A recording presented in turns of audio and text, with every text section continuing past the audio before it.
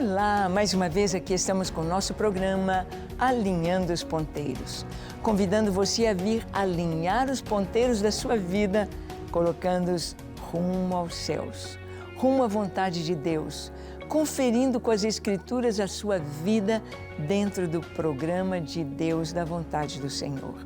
Bem, nessa série de programas que estamos fazendo, estamos colocando os fundamentos da fé cristã. Em que se baseia a nossa fé? Os fundamentos dela. E tudo isso baseado na nossa confissão de fé, bem resumida, chamada de o Credo Apostólico. Bem, um detalhe, um ponto importante ali da nossa fé é a respeito da ressurreição de Jesus. E esse é o tema do nosso programa de hoje, a ressurreição de Jesus. Será que ele realmente ressuscitou? Como foi essa ressurreição? Quem assistiu a isso? Quem pode provar a ressurreição de Jesus? Vamos ver? Deixe o seu coração aberto e pronto para ouvir Deus. Ele vai falar com você, pois o programa Alinhando os Ponteiros já começou.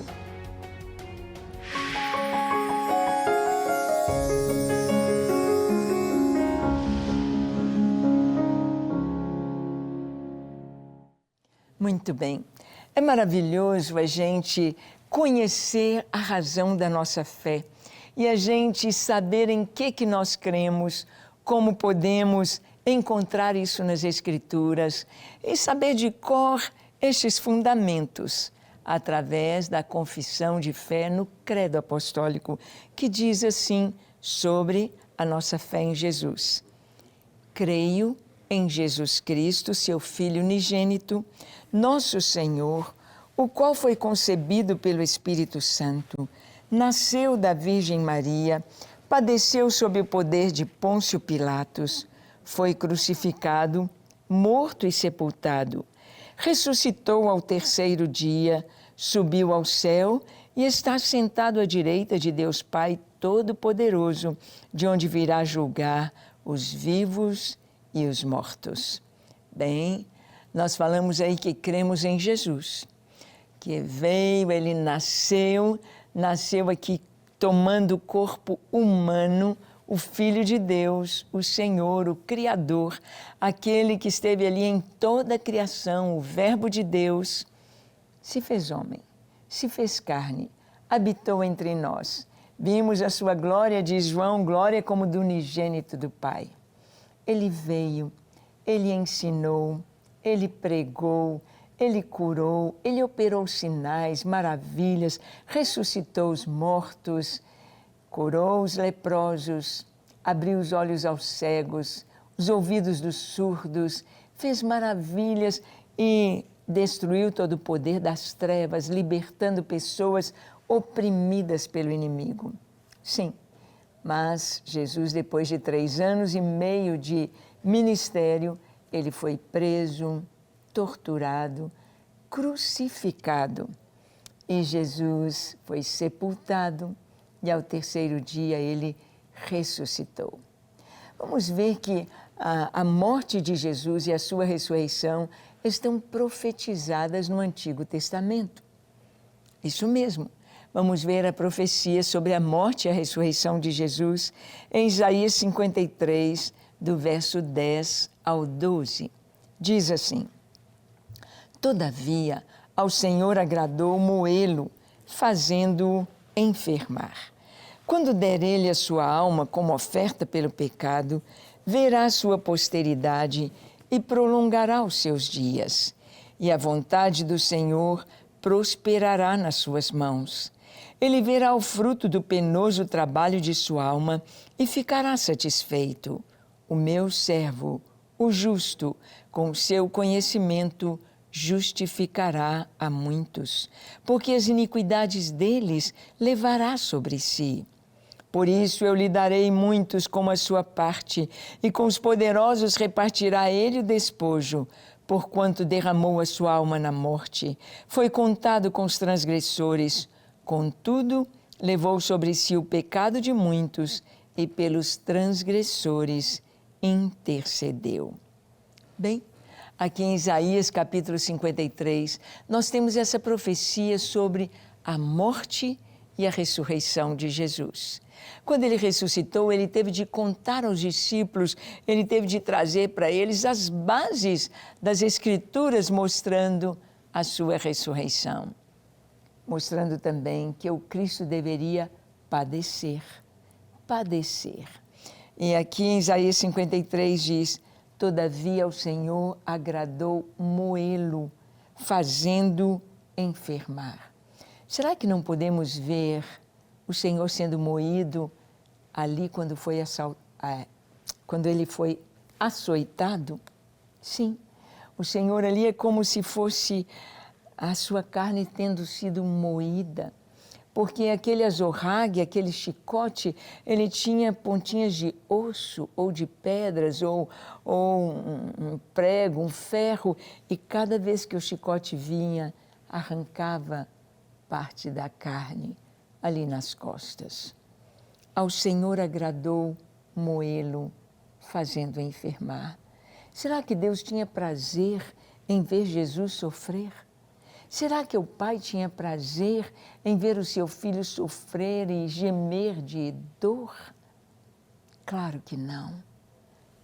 Ali, Jesus estava passando pela justiça de Deus, passando pela justiça que estava condenando o homem pelos seus pecados.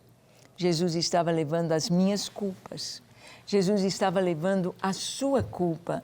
Jesus estava levando a culpa de toda a humanidade.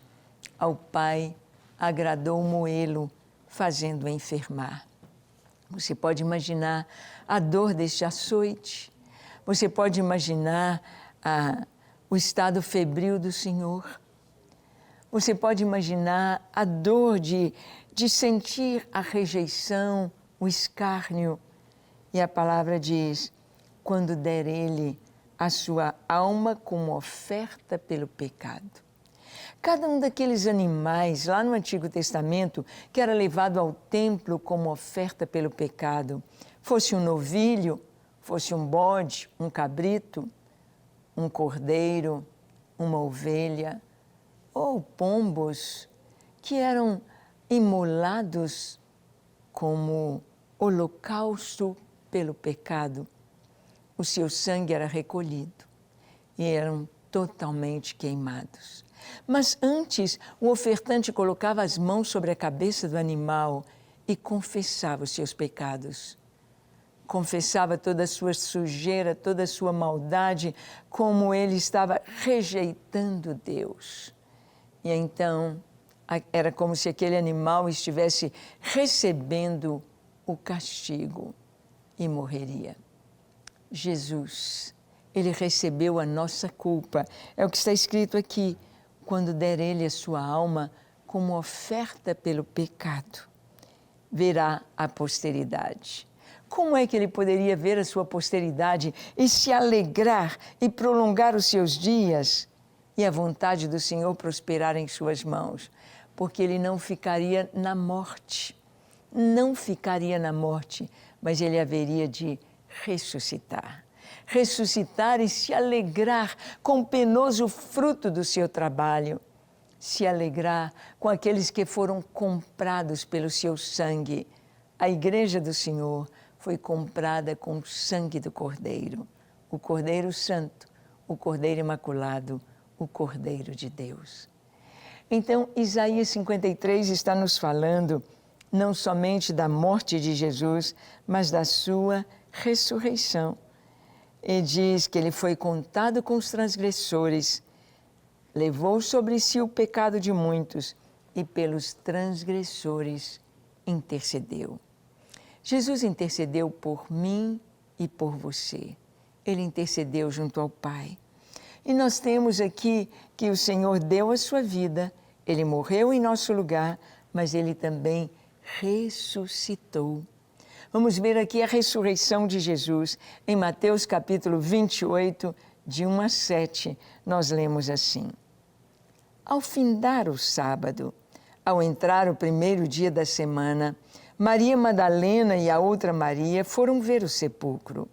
E eis que houve um grande terremoto, porque um anjo do Senhor desceu do céu, chegou-se, removeu a pedra e assentou-se sobre ela. O seu aspecto era como relâmpago, a sua veste alva como a neve. E os guardas tremeram espavoridos e ficaram como se estivessem mortos. Mas o anjo, dirigindo-se às mulheres, disse: não temais, porque sei que buscais Jesus, que foi crucificado. Ele não está aqui, ressuscitou como tinha dito. Vinde ver onde ele jazia. E depois depressa, e dizei aos seus discípulos que ele ressuscitou dos mortos, e vai adiante de vós para Galileia. Ali o vereis, é como eu vos digo. Que coisa tão linda. Diz a palavra que no primeiro dia da semana. Por que o primeiro dia da semana? No domingo. Por que Jesus ressuscitou no domingo? Bem, nós sabemos que a festa das primícias era no dia imediato ao sábado, ou seja, no domingo. Jesus é a primícia dos que dormem. Jesus é o primeiro que ressuscitou.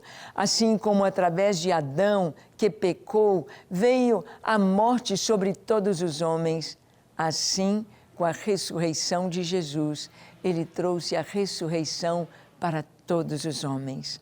Não só os salvos vão ressuscitar, mas também os que estão condenados vão ressuscitar. Os salvos para a vida eterna, para estarem com o Senhor para sempre, em gozo, em alegria, onde não há morte, nem tristeza, nem lágrima, nem dor, nem sofrimento. Mas os que rejeitaram o Senhor vão ressuscitar para a condenação. Mas Jesus trouxe a ressurreição. Ele disse: eu sou a ressurreição e a vida. Aquele que crê em mim, ainda que esteja morto, viverá. Jesus ressuscitou no primeiro dia da semana. E aqui diz a palavra que as mulheres, Maria Madalena, outra Maria, foram ver o sepulcro. Eis que houve um terremoto.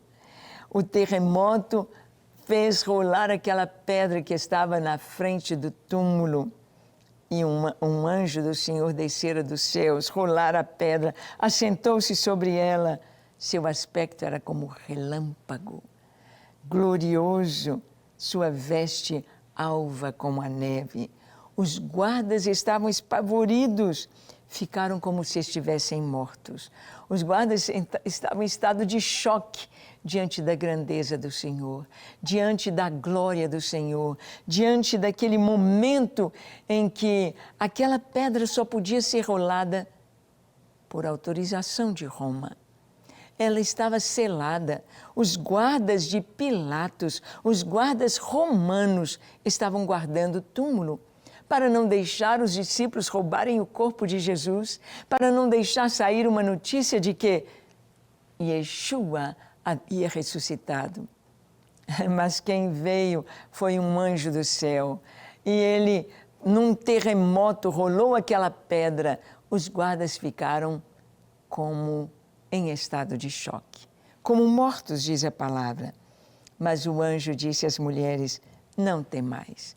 Eu sei que vocês buscam entre os mortos o que está vivo. Ele não está aqui, mas ressuscitou. Vinde ver o lugar onde ele estava. E vão, digam aos seus discípulos, digam a Pedro, digam aos discípulos que ele ressuscitou e vai à frente de todos vocês para Galileia. Lá vocês o verão. Por que Jesus foi para Galileia? Ele tinha um encontro com a sua família, com seus irmãos, com as pessoas a quem ele havia curado, tocado, aqueles a quem ele disse: a tua fé te salvou. Ele apareceu a muitos em 40 dias, enquanto esteve aqui como ressurreto antes de ascender aos céus. Jesus, então, aparece primeiro às mulheres, ressuscita e aparece primeiro às mulheres. Vamos ver Mateus capítulo 28, de 8 a 10, nós vamos ler assim. E retirando-se elas apressadamente do sepulcro, tomadas de medo e de grande alegria, correram a anunciá-lo aos discípulos. E eis que Jesus veio ao encontro delas e disse: Salve! E elas, aproximando-se, abraçaram-lhe os pés e o adoraram.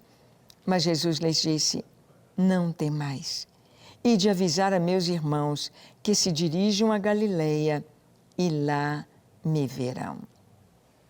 Jesus aparece primeiramente às mulheres. Isto é muito significativo, porque Jesus está dando aqui um valor muito especial. Hoje as mulheres feministas, o movimento feminista, quer dizer que a Bíblia é machista, quer dizer que a religião é machista, que o cristianismo é machista e que Deus olha o homem e despreza a mulher. Mas isto não é verdade. Aqui o Senhor está trazendo algo tão maravilhoso para todas as mulheres, para todo mundo. Jesus ressurreto aparece primeiramente às mulheres e entrega uma mensagem para elas: ide e dizei aos meus discípulos.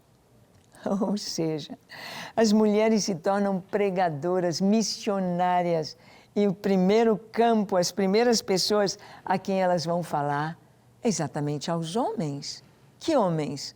Os discípulos de Jesus, aqueles que seriam chamados de apóstolos. Sim, é a eles que elas vão se dirigir e contar sobre a ressurreição do Senhor. Jesus, ele valorizou a mulher, ele valorizou as mulheres, ele deu a elas a mensagem mais maravilhosa do mundo, a ressurreição do Senhor. Ele ressuscitou e elas então correram avisar aos discípulos, a todos, o que havia acontecido com o Senhor.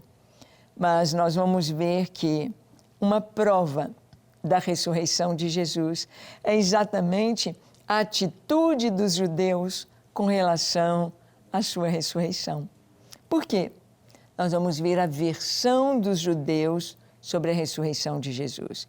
Olha o que está escrito em Mateus 28, de 11 a 15.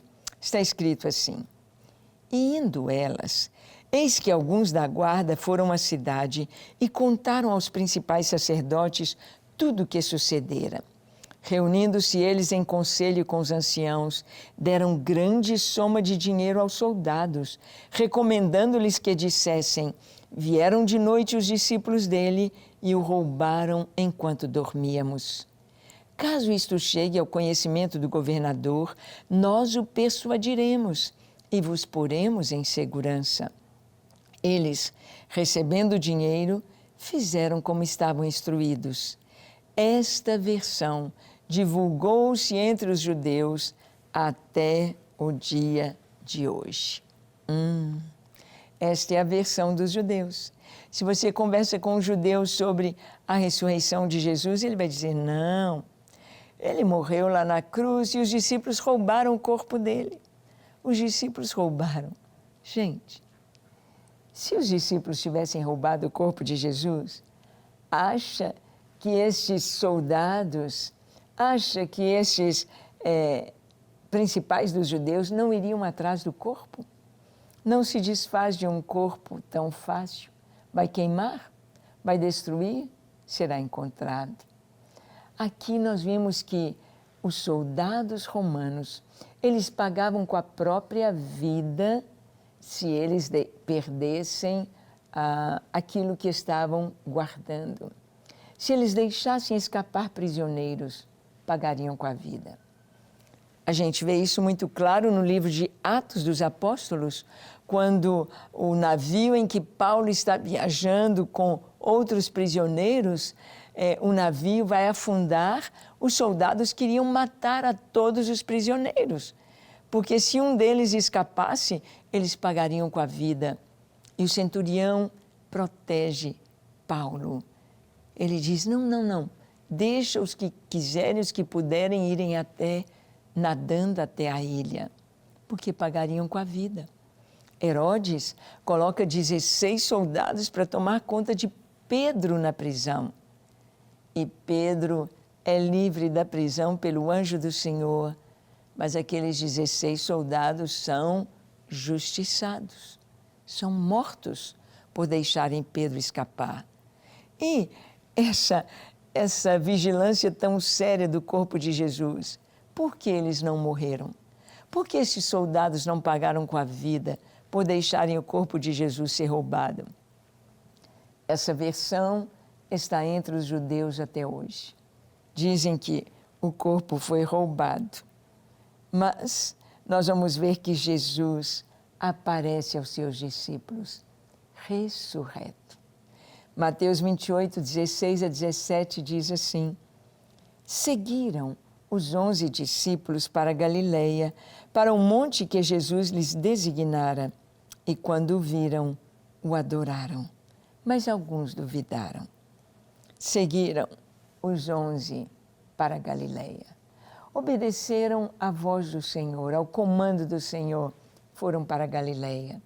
Jesus passa por Nazaré, passa por Tiberíades, passa por Cafarnaum, passa por aqueles a quem ele havia curado, ensinado, aqueles a quem ele disse: a tua fé te salvou.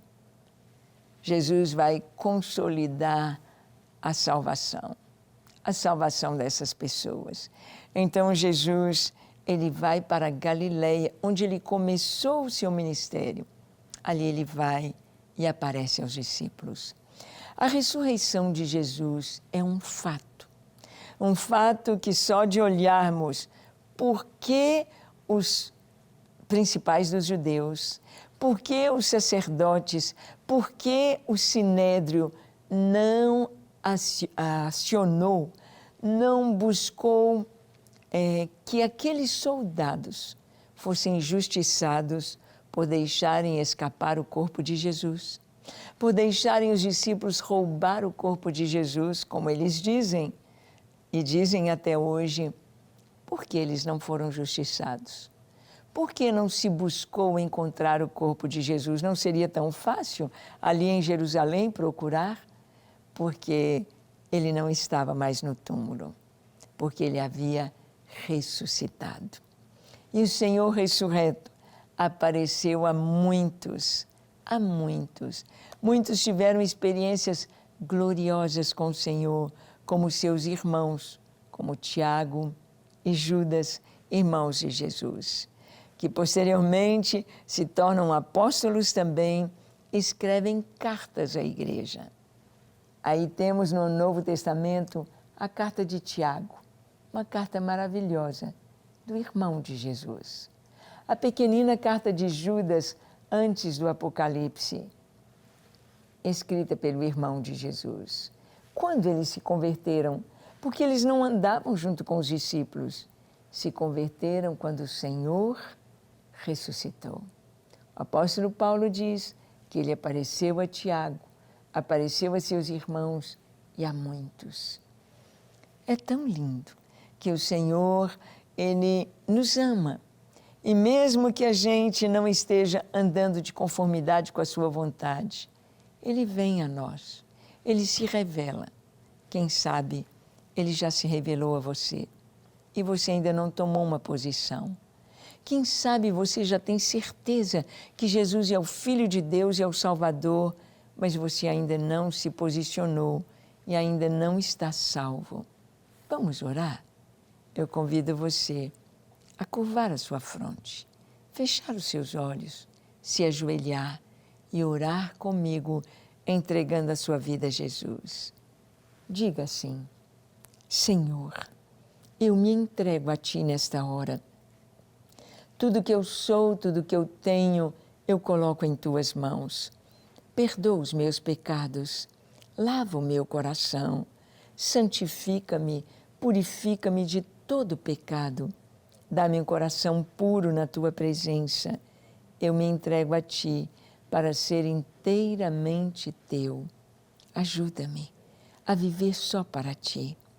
Eu e a minha casa, com tudo que temos e somos, Te pertencemos hoje e eternamente. Amém, amém e amém. Graças a Deus. É isso.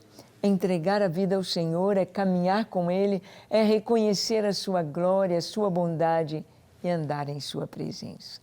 Que Deus te abençoe ricamente, que você seja um cristão fiel ao Senhor. Leia a Bíblia, ore, estude a palavra de Deus, se batize, esteja na igreja servindo ao Senhor e juntos nos encontraremos naquele grande dia.